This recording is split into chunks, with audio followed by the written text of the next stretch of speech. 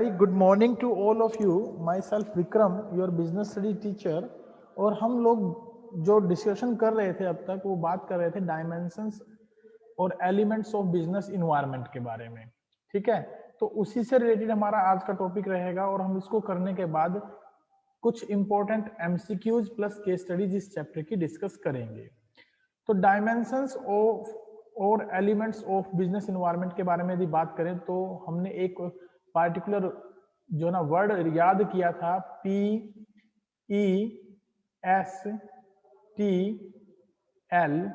Pistol, या इसको आप दूसरे सेंस में लिखें तो स्लैप्ट, SLEPT,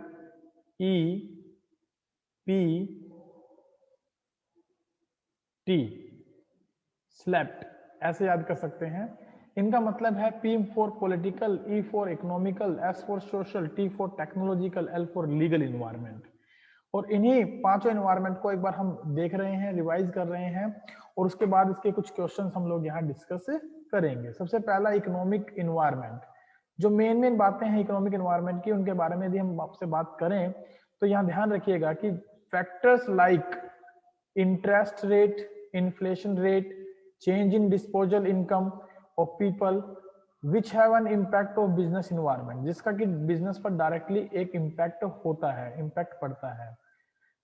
ये कुछ फैक्टर हैं, जैसे इंटरेस्ट रेट बढ़ जाए या घट जाए, इन्फ्लेशन रेट बढ़ जाए या घट जाए, या डिस्पोजल इनकम में चेंज आ जाए, तो वो हमारा इकोनॉमिक इन्वायरमेंट को कंसिस्ट करता है। इसमें कुछ और भी कंपोनेंट हम शामिल करते हैं, जैसे कि rates of saving and investment, volume of imports and exports, balance of payments, change in foreign exchange reserves, agriculture and industrial production trends, expansion of transportation, communication facilities, money supply in economy, public debt, etc.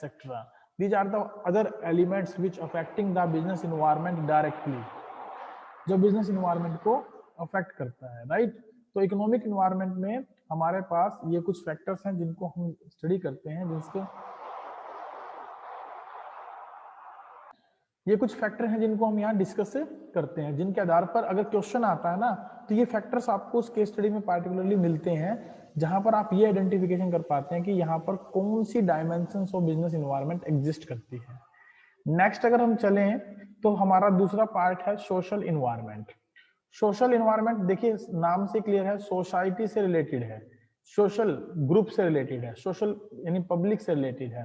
तो social environment में आप basically किसको शामिल करके चलते हैं? It includes social forces like customers, traditions, customs and traditions, sorry, values, social trends, society's expectation from business. Social trends present various opportunities and threats to the business enterprises. For example, health and fitness trend has created a demand for diet, soft drinks, bottled water and food supplements etc. तो ये जो social trends हैं, values हैं, customs हैं, traditions हैं, ये हमारे business पर क्या करते हैं? डायरेक्टली इम्पैक्ट डालते हैं और ये सोशल इन्वायरमेंट का पार्ट बनते हैं। इनके कुछ और इंपॉर्टेंट एलिमेंट्स हैं जिनके बारे में अगर हम बात करें, जो आपको केस स्टडी में देखने को मिलते हैं, like attitudes towards product innovation.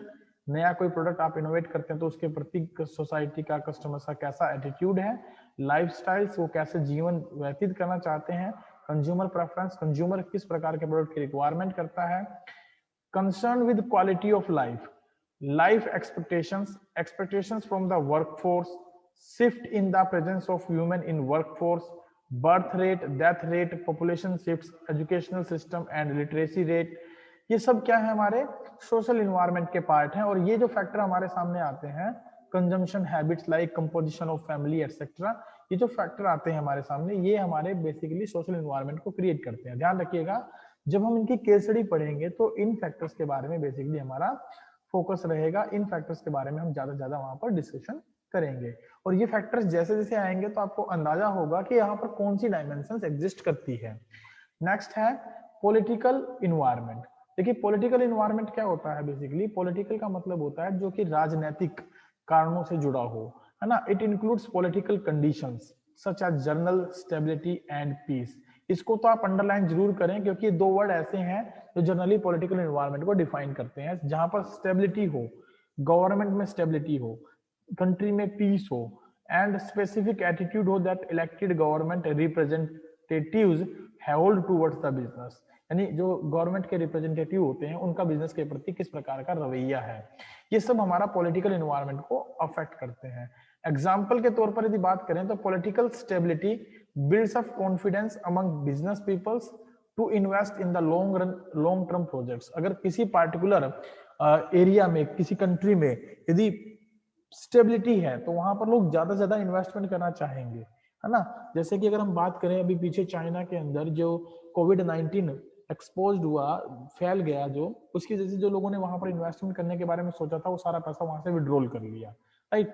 तो यानी वहां स्टेबिलिटी नहीं है, वहां पीस नहीं था पार्टिकुलरली कंट्री के अंदर, कोई ना कोई पार्टिकुलरली एक ऐसा एक डिजीज की वजह से वहां इनस्टेबिलिटी हो गई थी। तो political instability can shake the confidence. Components of political environment कौन कौन से होते हैं, जैसे constitution of country, dominant ideologies, value of major political parties. Dominant ideologies का मतलब होता है जो गवर्नमेंट अपनी जो रणनीति, अपनी जो सोच होती है उसको जब वो थोपती है ना पब्लिक के ऊपर, that is called dominant ideology. Business के ऊपर थोपती है तो उसे डोमिनेंट आइडियोलॉजी के नाम से जानते हैं। The extent and nature of government intervention in the business, the nature of relationship of our country with the foreign countries, these are the components of political environment which affecting the business directly, right। ये और सभी business पर एक जैसा प्रभाव डालते हैं, किसी पर कम किसी पर ज्यादा। नेक्स्ट पॉइंट है हमारा लीगल इन्वायरमेंट। लीगल इन्वायरमेंट के बारे में यदि बात करें तो it includes various legislation passed by the government. Note करिएगा इस पॉइंट को, जितने भी कानून जनरली गवर्नमेंट पास करती है these are including in the legal environment, ठीक है, उनको हम लीगल इन्वायरमेंट में शामिल करके चलते हैं। Like administrative orders issued by government authorities, court judgments and decisions rendered by various commissions and agencies at every level of government, these all are the parts of your legal environment. इनको हम legal environment का part मानते हैं। जैसे कि central, state और local, या इनमें से चाहे कोई भी गवर्नमेंट क्यों ना हो, इनमें से चाहे कोई भी गवर्नमेंट क्यों ना हो, यदि वो पार्टिकुलरली इस प्रकार के ऑर्डर प्लेस करती है तो वो लीगल इन्वायरमेंट का पार्ट बनता है। It is imperative for the management of every enterprises to obey the law of land. यानी ये मैं आपको ये भी कहना चाहूंगा यहाँ पर कि जो जितने भी बिजनेस होते हैं उनके लिए कई बार ये मुश्किल हो जाता है कि जितने भी ऑर्डर या लॉ बनाए गए हैं गवर्नमेंट के द्वारा उनको वो इजिली जो ना फॉलो अप करे। So non compliances of laws can land the business enterprises into legal problems। और जब वो इनको फॉलो नहीं कर पाते हैं तो उनके लिए एक समस्या बन जाती है, उनके लिए एक लीगल प्रॉब्लम्स क्रिएट हो जाती है। For example knowledge of company act 2013, the knowledge of company act 2013, consumer protection act 2019 etcetera, ये बड़ा इंपॉर्टेंट है बिजनेस के लिए, इनको फॉलो करना। अगर बिजनेस इनको फॉलो नहीं करता है तो उसके लिए लीगल प्रॉब्लम्स क्रिएट होंगी, जैसे कि जो कंपनी एक्ट 2013 की लीगल गाइडलाइंस है बैलेंस शीट को पार्टिकुलरली फॉर्मेट में बनाना, या प्रोटेक्शन एक्ट 2019 के अकॉर्डिंग कंज्यूमर के हितों की रक्षा करना, ये सब अगर मान लीजिए कोई ऑर्गेनाइजेशन फॉलो नहीं करता है तो डेफिनेटली उनको क्या करना पड़ता है, एक लीगल पेनल्टीज का सामना करना पड़ता है। इनके कुछ कंपोनेंट्स हैं हमारे, इन कंपोनेंट्स के बारे में यदि बात करें तो जैसे एडवर्टाइजमेंट्स हैं for packets of cigarettes must carry the statutory warnings. आपने देखा होगा कि जो तंबाकू प्रोडक्ट होता है उसके ऊपर एक वार्निंग लिखी होती है और लीगल वार्निंग वो देना बहुत जरूरी है। अगर वो लीगल वार्निंग नहीं दी गई तो उस कंडीशन में होगा क्या, बेसिकली उस कंडीशन में गवर्नमेंट लीगल एक्शंस बेसिकली लेती है ना। जैसे advertisement of alcoholic beverages is prohibited on Doordarshan. नहीं, आपने देखा होगा दूरदर्शन जो चैनल आता है उसके ऊपर अल्कोहलिक कोई ऐड नहीं आती है, वो बिल्कुल बैन है, राइट। लास्ट हम देख रहे थे और हमने कहा था इसको हम कल डिस्कस करेंगे, तो आइए एक बार इसके बारे में भी डिस्कशन करते हैं, क्या है टेक्नोलॉजिकल इन्वायरमेंट। टेक्नोलॉजिकल इन्वायरमेंट के बारे में यदि बात की जाए तो it includes forces relating to the scientific improvements, इसको अंडरलाइन करिएगा, scientific improvements and innovations which provide new ways of producing goods and services and new methods and techniques of operating a business business, यानी business को एक नए तरीके से operate करने की टेक्निक्स, यानी इस प्रकार के जो चेंजेस हैं that is to be considered under the technological environment. Example के तौर पर यदि हम बात करें तो airlines companies have internet and WWW page pages where customers can look for flights, times and destination and fares and book their tickets online. तो इस प्रकार का वो काम बेसिकली वहां पर वो कर सकते हैं। यानी जितना भी जो काम हम पहले जाकर खुद से करना पड़ता था, आज अगर हम उस सारे काम को इंटरनेट के माध्यम से कर पाते हैं, तो that is to be part of your technological environment. और ऐसा इन्वायरमेंट डे बाय डे काफी बदल रहा है। लाइक इस कोविड-19 की सिचुएशन में यदि मैं आपसे बात करूं, तो हम जो आपकी क्लास ले रहे हैं online through the online medium, तो ये क्या है बेसिकली हमारा एक टेक्नोलॉजिकल अपग्रेडेशन, टेक्नोलॉजिकल एनवायरनमेंट का पार्ट है। आइए अब चलते हैं कुछ क्वेश्चंस पर और क्वेश्चंस को वन बाय वन करके डिस्कस करते हैं। आपको इनके आंसर्स देने हैं, ठीक है। वन बाय वन मैं किसी का नाम नहीं बोलना चाहूंगा, आप राइट कर सकते हैं, ये क्विज चलेगा और मैं इनके आंसर धीरे धीरे आपसे डिस्कस करते हुए चलूंगा।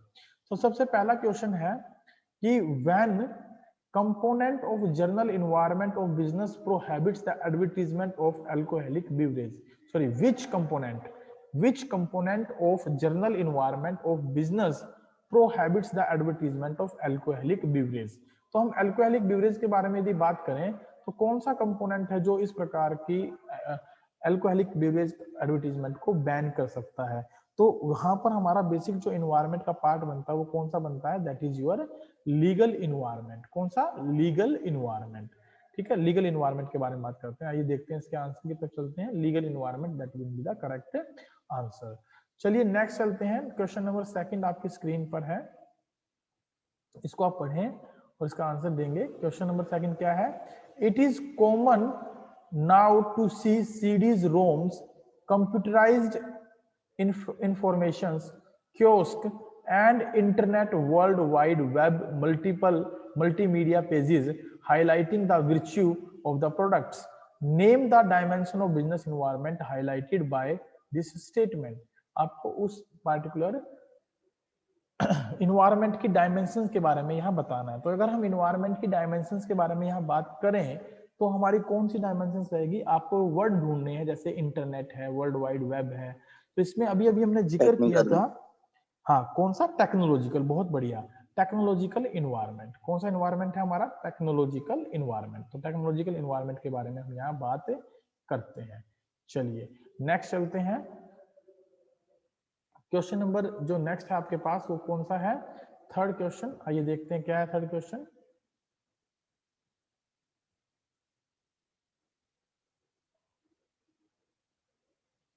क्वेश्चन नंबर थर्ड है आपका, which component of business environment requires that advertisement of baby food must necessarily inform the potential buyers that mother's milk is the best? अब बात किसके बारे में हो रही है? पार्टिकुलरली एक लीगल कंडीशन के बारे में ना, कि भाई बेबी फूड प्रोडक्ट जो एडवर्टाइज करते हैं उनको जरूरी है कि वो उसके ऊपर ये वार्निंग या ये इंफॉर्मेशन प्रिंट करें कि भाई बेबीज के लिए जो बेबी फूड प्रोडक्ट्स हैं उनसे ज्यादा बेटर मदर्स मिल्क होता है, मदर्स मिल्क होता है। तो इसमें कौन सा इन्वायरमेंट या कौन सी डायमेंशन हमारी इफेक्ट होती है, या किस डायमेंशन के बारे में यहाँ बात हो रही है? अवनीश, हर्ष, रोहन, विशेष, ममता, क्या बता सकते हैं?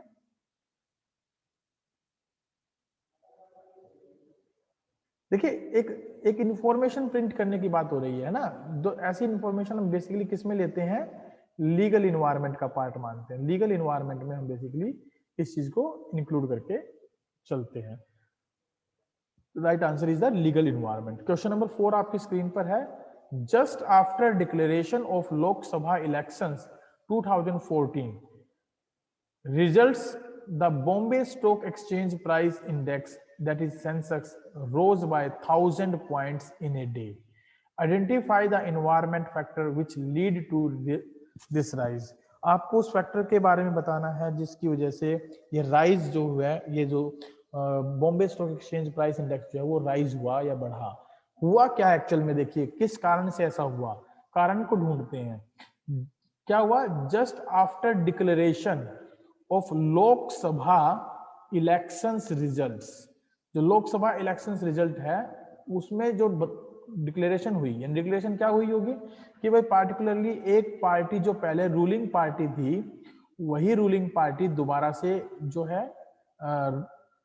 रूलिंग एरिया में आ गई, मतलब दोबारा से उसने रूलिंग करना स्टार्ट कर दिया, दोबारा से वो रूलिंग पार्टी जो है ना एग्जिस्टेंस में इलेक्ट की गई, तो उससे हुआ क्या कि जो प्राइस इंडेक्स है वो राइज हो गया। तो यानी कि पॉलिटिकल चेंज की वजह से जो है क्या हुआ, मान लीजिए सेम पार्टी आई तो हो सकता है ऐसा ना होता कि चेंज आता, लेकिन पार्टी अनदर पार्टी सिलेक्ट की गई तो पॉलिटिकल चेंज हुआ तो ये जो प्राइस इंडेक्स है वो राइज हुआ। तो इसमें जो डायमेंशंस है वो कौन सी डायमेंशंस के बारे में बात हो रही है, that is your change in the political conditions. तो पॉलिटिकल जो हमारा इन्वायरमेंट है वो यहाँ पर बेसिकली क्या हो रहा है, अफेक्ट हो रहा है पॉलिटिकल इन्वायरमेंट।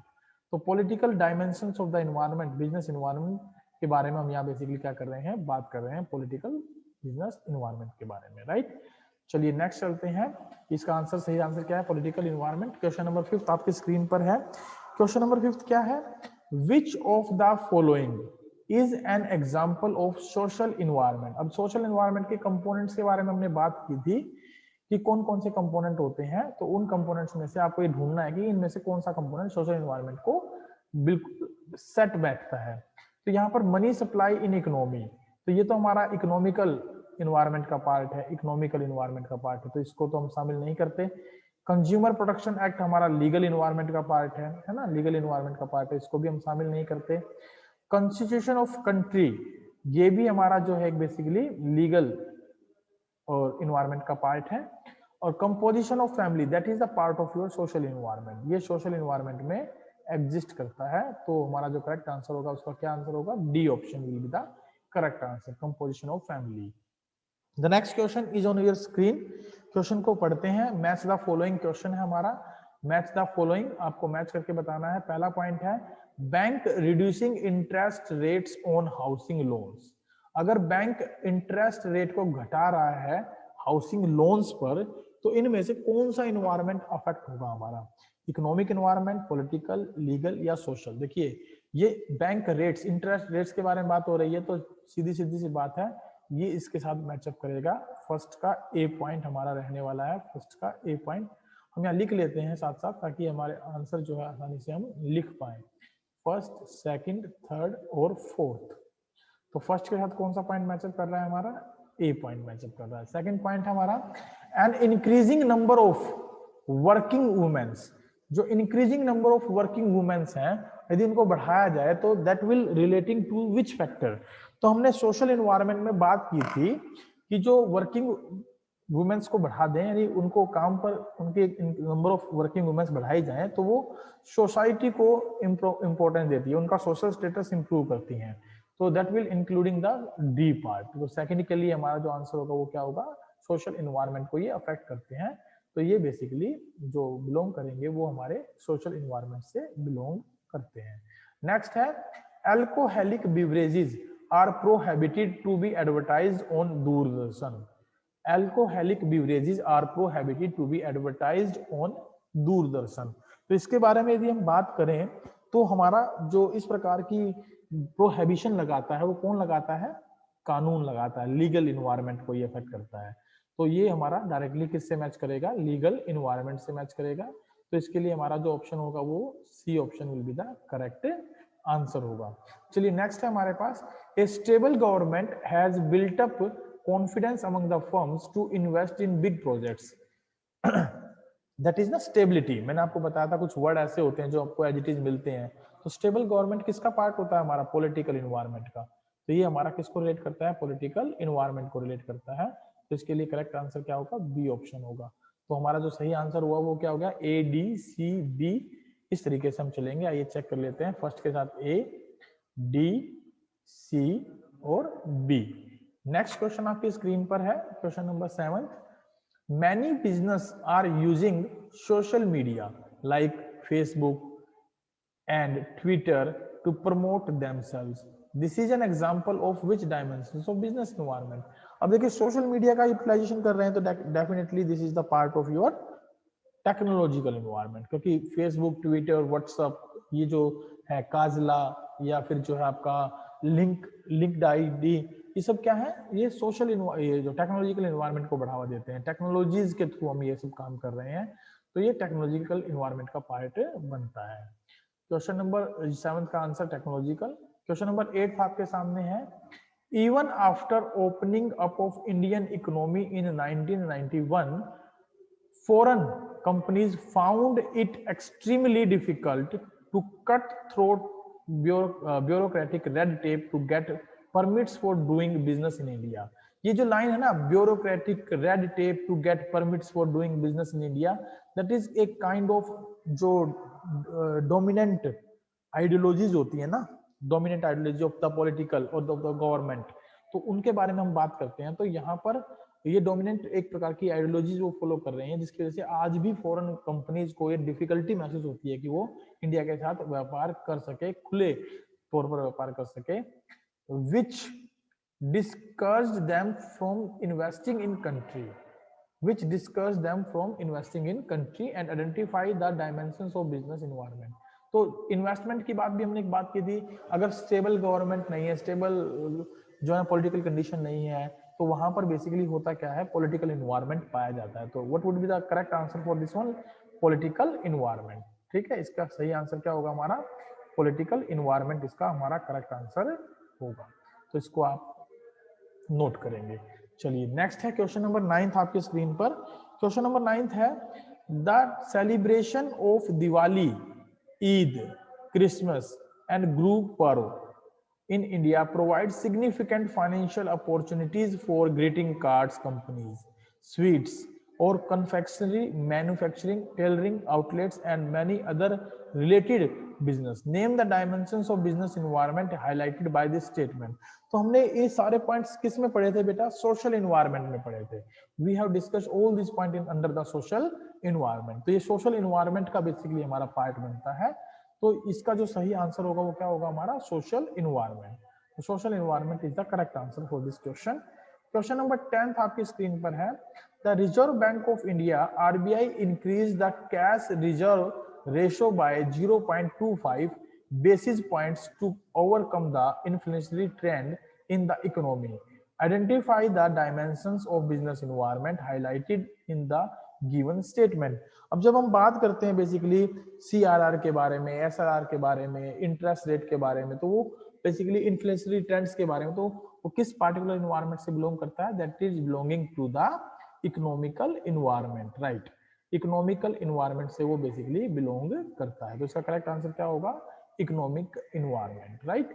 चलिए क्वेश्चन नंबर 11 आपकी स्क्रीन पर है। क्वेश्चन नंबर 11 क्या है, According to Consumer Protection Act 1986, manufacturers are under an obligation to provide all the relevant information like MRP, ingredients, date of manufacturing, expiry date, etc. about the product। Which dimensions of business environment is highlighted in the given statement। देखिए इस प्रकार की जब वो information देने के लिए बाध्य हो जाएंगे, तो वहां पर बेसिकली किस इन्वायरमेंट को फॉलो किया जा रहा है, लीगल इन्वायरमेंट को। किस इन्वायरमेंट को, लीगल इन्वायरमेंट को। हमने पीछे बात की थी लीगल इन्वायरमेंट में कि जब भी गवर्नमेंट किसी प्रकार की रेस्ट्रिक्शन लगाती है, किसी चीज को कंपल्सन करती है, तो वो लीगल इन्वायरमेंट को आमंत्रित करता है। लीगल इन्वायरमेंट के बारे में वहां हम बात करते हैं। तो इसका करेक्ट आंसर क्या होगा, legal environment will be the correct answer. ये कुछ हॉट्स क्वेश्चन है 4.3। क्वेश्चन नंबर 1 हमारा हॉट्स क्वेश्चन में क्या आता है, आइए डिस्कस करते हैं। पहला क्वेश्चन है आपके सामने, the court passed an order to ban polythene bags as the bags are creating many environmental problems which affect the life of people in general, है ना। तो ये पहला पॉइंट हमारा क्या है कि भाई जो गवर्नमेंट है, उसने कोर्ट है, उसने एक ऑर्डर पास किया है। उस ऑर्डर को अगर हम देखें, उस ऑर्डर के अकॉर्डिंग अगर हम बात करें, तो वो क्यों किया है, क्योंकि जो पॉलिथीन बैग्स है ना, वो एनवायरमेंटल प्रॉब्लम्स क्रिएट करते हैं, लाइफ ऑफ पीपल जो है वो बड़ी रिस्की बना देते हैं। तो इस कंडीशन में उन्होंने जो कोर्ट ने जो है ऑर्डर पास किया, तो किस प्रकार के इन्वायरमेंट का पार्ट माना जाएगा, किस प्रकार के इन्वायरमेंट का पार्ट माना जाएगा। तो जब कोर्ट कोई ऑर्डर पास करती है, तो that will becomes the legal environment. ध्यान रखिएगा, वो लीगल इन्वायरमेंट का पार्ट बन जाता है हमारा। करेक्ट आंसर हम चेक करेंगे, पहले एक बार नोट कर लेते हैं। लीगल इन्वायरमेंट का पार्ट बन जाता है। सेकंड जो पॉइंट है, society in general is more concerned about quality of life. अब देखिए क्वालिटी ऑफ लाइफ के बारे में बात हो रही है, तो जो बैग्स हैं, पॉलीथीन बैग्स हैं, उससे क्वालिटी ऑफ लाइफ हमारी क्या हो जाती है, डाउन चली जाती है। बहुत सारी इन्वायरमेंटल प्रॉब्लम्स क्रिएट होती हैं जिससे सोसाइटी जो हमारी क्वालिटी ऑफ लाइफ है वो डैमेज होनी स्टार्ट हो जाती है। तो यहाँ पर हम बेसिकली किसके बारे में बात कर रहे हैं, क्वालिटी ऑफ लाइफ के बारे में बात कर रहे हैं। तो that is your social environment. वो किसका पार्ट बन जाएगा, आपका सोशल इन्वायरमेंट का पार्ट बन जाएगा। नेक्स्ट जो हमारे पास इसमें लिखा है क्या, the government decided to give subsidy to jute industries to promote their business. अब अगर गवर्नमेंट किसी प्रकार की सब्सिडी देती है, किसी प्रकार की क्या देती है, सब्सिडी देती है बिजनेसेस को प्रमोट करने के लिए, तो वो किस प्रकार के इन्वायरमेंट का पार्ट बनता है। तो वहां पर हम बात करते हैं बेसिकली पॉलिटिकल इन्वायरमेंट की। ध्यान रखिएगा किसके बारे में बात करते हैं, पॉलिटिकल इन्वायरमेंट के बारे में बात करते हैं, क्योंकि वहां स्टेबिलिटी चाहती है गवर्नमेंट, क्या चाहती है, स्टेबिलिटी चाहती है ताकि वो बिजनेस वहां प्रमोट हो। तो पॉलिटिकल इन्वायरमेंट को वहां पर हम बेसिकली जो है ना तवज्जो देंगे, इंपॉर्टेंस देंगे। नेक्स्ट है innovative techniques are being developed to manufacture jute bags at low rates। जो इनोवेटिव टेक्नोलॉजीज हैं, तो वहां पर इनोवेटिव टेक्निक्स की जब बात आती है तो हम किस इन्वायरमेंट के बारे में बात करते हैं, टेक्नोलॉजिकल इन्वायरमेंट के बारे में बात करते हैं, जो कि कम से कम कॉस्ट पर उनको क्या कर सके, तैयार कर सके। तो नेक्स्ट क्वेश्चन में क्या है हमारे पास, incomes are rising and peoples can afford to buy these bags. जब लोगों की इनकम बढ़ रही हो और आसानी से लोग इनको खरीद पाए, तो डेफिनेटली वहां जब बात करते हैं तो किस इन्वायरमेंट के बारे में बात करते हैं, इकोनॉमिक इन्वायरमेंट के बारे में बात करते हैं। राइज इन द इनकम और disposal income of the people, हमने एक पॉइंट पढ़ा था इकोनॉमिक इन्वायरमेंट में, तो वहां कौन सा इन्वायरमेंट आता है हमारा, इकोनॉमिक इन्वायरमेंट आता है, राइट। तो यहाँ क्वेश्चन भी यही था, identify the different dimensions of business environment by quoting the lines from the above particulars. तो हमने ये सारी लाइनों के साथ हमने इनके मीनिंग को डिस्कस किया। आइए इनके आंसर्स को एक बार चेक कर लेते हैं। पहला हमारा लीगल इन्वायरमेंट था, बिल्कुल सही। दूसरा सोशल इन्वायरमेंट था, वो भी हमारा करेक्ट था, क्योंकि क्वालिटी ऑफ लाइफ हमारी सोशल इन्वायरमेंट से बिलोंग करती है। थर्ड हमारा पॉलिटिकल इन्वायरमेंट था, सब्सिडी देने से रिलेटेड पॉइंट था। और इनोवेटिव टेक्निक्स टेक्नोलॉजिकल इन्वायरमेंट को बढ़ावा देता है। और नेक्स्ट वन था हमारा इकोनॉमिक इन्वायरमेंट, बिल्कुल करेक्ट। तो ये 5 इन्वायरमेंट इस तरीके का क्वेश्चन एग्जाम में आने की संभावना रहती है, तो आप इसको अच्छे से समझेंगे, अच्छे से करेंगे। आइए नेक्स्ट चलते हैं क्वेश्चन नंबर 2 पर, होट्स के क्वेश्चन नंबर 2 पर। क्वेश्चन नंबर 2 क्या है, आइए देखते हैं। क्वेश्चन नंबर 2 एक केस स्टडी है, तो आइए केस स्टडी को पहले एक बार पढ़ लेते हैं, उसके बाद स्टार्ट करते हैं कि इनके क्या पार्टिकुलर आंसर हमारे सामने हो सकते हैं। तो पहला जो क्वेश्चन है, केस स्टडी है, आज ये हमारा क्लास का एक आखिरी क्वेश्चन रहेगा।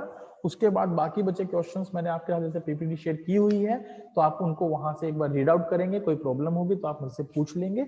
आइए इस क्वेश्चन को एक बार पढ़ लेते हैं। और ध्यान रखिएगा कि जब भी कोई केस स्टडी आपने पढ़नी होती है तो एक बार उसको जज कर लें कि वो कितनी बड़ी है। अगर केस स्टडी थोड़ी बड़ी है तो डायरेक्टली पहले क्वेश्चन को पढ़ने की कोशिश करें, ताकि आपको ये पता लग सके कि एक पार्टिकुलर केस स्टडी किसके बारे में पूछी गई है।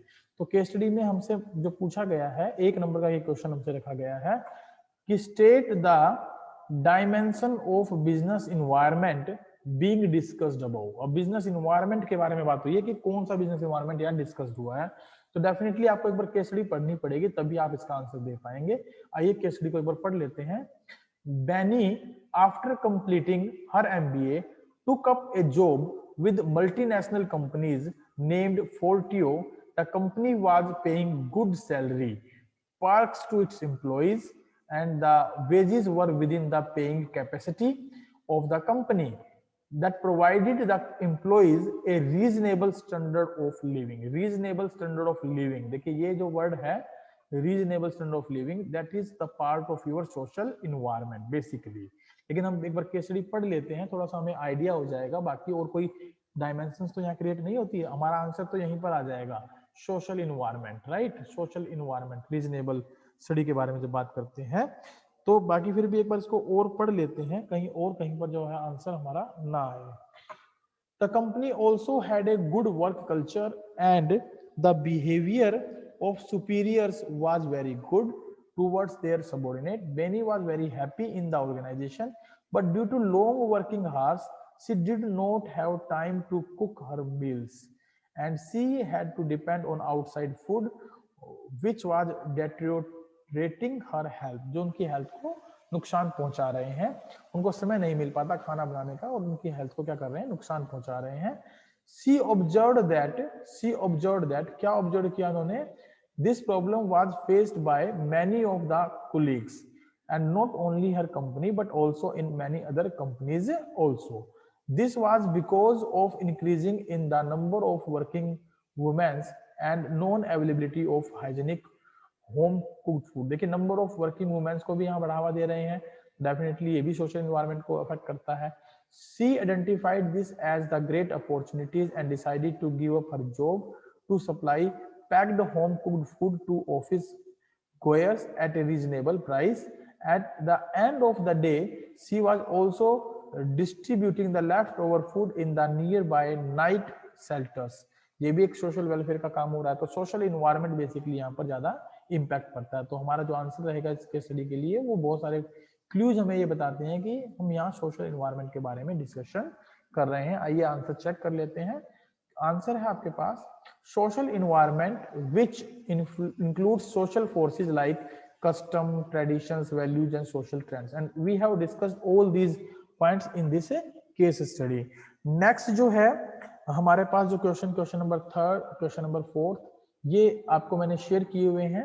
4 नंबर के क्वेश्चन है, इनको पढ़ेंगे और इनके आंसर्स भी साथ में मैंने दिए हैं. आप प्लीज इन आंसर्स को देखेंगे ताकि ये केस स्टडीज आपकी क्या हो सके, कंप्लीट हो सके. ये बड़े इंपॉर्टेंट क्वेश्चंस हैं, आप इनको 1 बाय 1 करके देखेंगे.